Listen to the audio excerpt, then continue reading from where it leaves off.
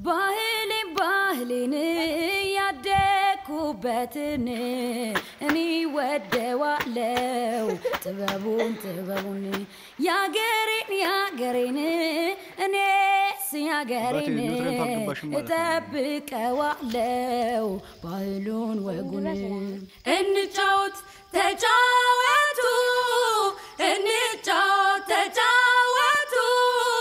ባገሬ ወጋድባር እንበልዋሁ ያገሬ ትዝታ በባህል ጨዋታ ሆይ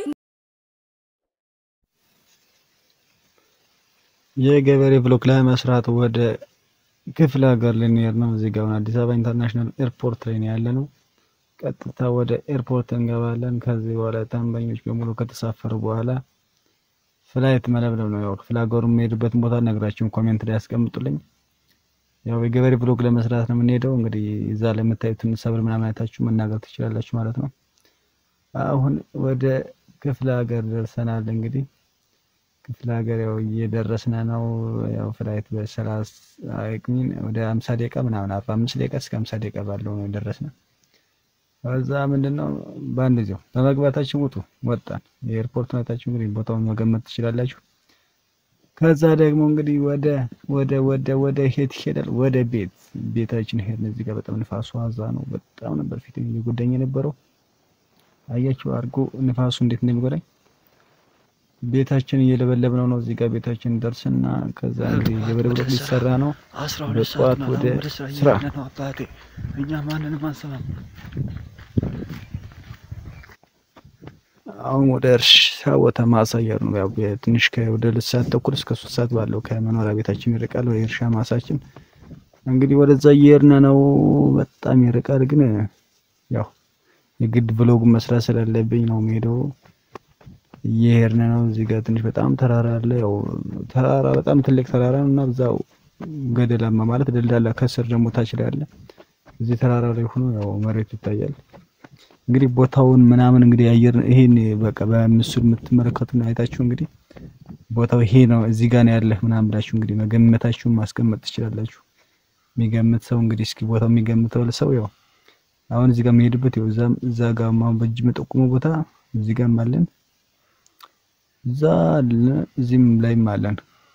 ግን አሁን የምንሄድበት እዚህኛው ጋር ነው። አሁን በእጅ የጠቆምኩት ቦታ ማለት ነው። ወደ 2 ሰዓት ተኩል ምናምን ነው የሚርቀው። እንግዲህ አሁን ደርሰናል። እዚህ ጋር ምን እየሰራ እንደሆነ ሲገምቱ ያው የሰብሉን አይነት ከነገርኳችሁ ያው ይሄ የሚናጭለው ለማንኛውም ጤፍ ነው። ግን እዚህ ጋር እያጨርኩ ነው አብሬ ብዙ ሰራተኛ አለ። ያው ሰራተኛ ገዝተን ልከን ነበር። እዚህ የሚሰሩ ሰራተኞች አሉ። ግን እኔ እስኪ ለለብስ እስኪሚያልበኝ ነው ያጨርኩት ምናምን እዚህ ጋር አጭጃለሁ። ግን ለለብስ እስኪበኝ ጽሜን ደግሞ ተቆርጬ ነበር በዛን ሰዓት የሆነ ምን መስያለሁ። እዚህ ጋር ያው በጣም ጎበዝ እንደሆነ ያሳየው ነው ካሜራማን። ግን ችግር አለባት ያቀራር ችግር አለባት። ያው ብዙ ምን ያላሰላ አስገባችኝ እዚህ ጋር።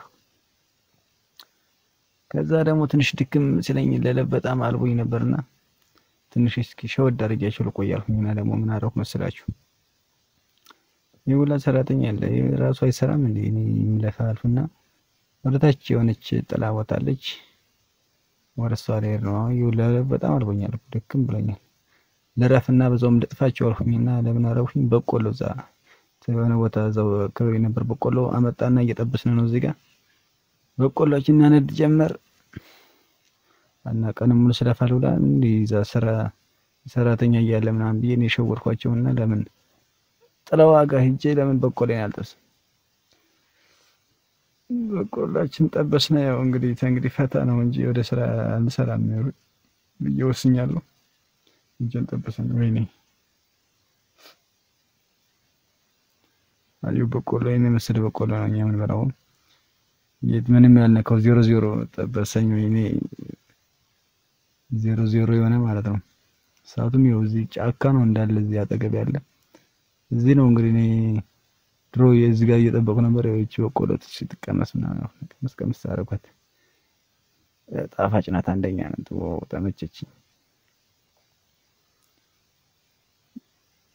ተመቸችኝ። ያኛው ደግሞ ገና የሚበስለው ስላለ እቺ መቆየት ትችላለች። አሁንና በጣም ወረወርኳት ያችን ያው ሌሎች የሚመስሉ ስላሉ አፍና እነዛን በላ ጀመር። እንግዲህ ደግሞ እዚህ ጋር ካሜራውን እስኪ ላጥፋና ደግሞ ትንሽ እቺን በቆሎን ከበላን በኋላ ደግሞ ያው አንድ ሁለቱን ተበላው እኔ ይመጣል ነው ብዙም አልበላም። እዚህ ጋር በኔ የሚቀረጽኝ ጣብጣፈነሳ ከካሜራማኑ ጋር ወደቁኝ። እዚህ ጋር ለትንሽ ገብታ ጣለችኝ። እዛ እስኪ ደግሞ ሸዋ እንበላልና ደግሞ ወደ ወንዝ ሄደን እስኪ የሆነች ሶሪ ነበረች አጋጣሚ ያስኳት ለምን አላጥባትም አፉና ወንዝ ላይ ጓደኞቼ ለወንድር ያጥባሉ እኔ በወንዝ እስኪ ወንዝ ደግሞ እንዴት ነው የሚታጠብ ላሳያቸው እና ሳሙናነትሽ የሆነ ሶሪ ነገር ይዤ ነበር ያችን ጥብጥብ እያደረጉ ነው እዚህ ጋር። ለማንኛውም ያው ጎበዝ ነኝ ያው ገበሬ ብሎግ እንዳሳይ ብዬ ነው ትንሽ እኛ ሁሉንም ያው እኔ ትንሽ ከዚህ በወንዝ ላይ አጥቤ ባላውቅም ያው እንግዲህ ዛለታ እንግዲህ ከብዙ አመታት በኋላ ነው ወንዝ ላይ ያጥቤ ያለሁት አሁን። ያው ከተማ ሰዎች ወንድር ያጥባሉ እኔ ደግሞ በወንዝ አጥባለሁ። የገጠር ልጅ መሆኔ እንዳሳያቸው ምን እንጂ ለዩቲዩብ ተከታዮች እያልኩ ምናምን እዚህ ጋር ያው ንግግር እያደረኩ ነበር።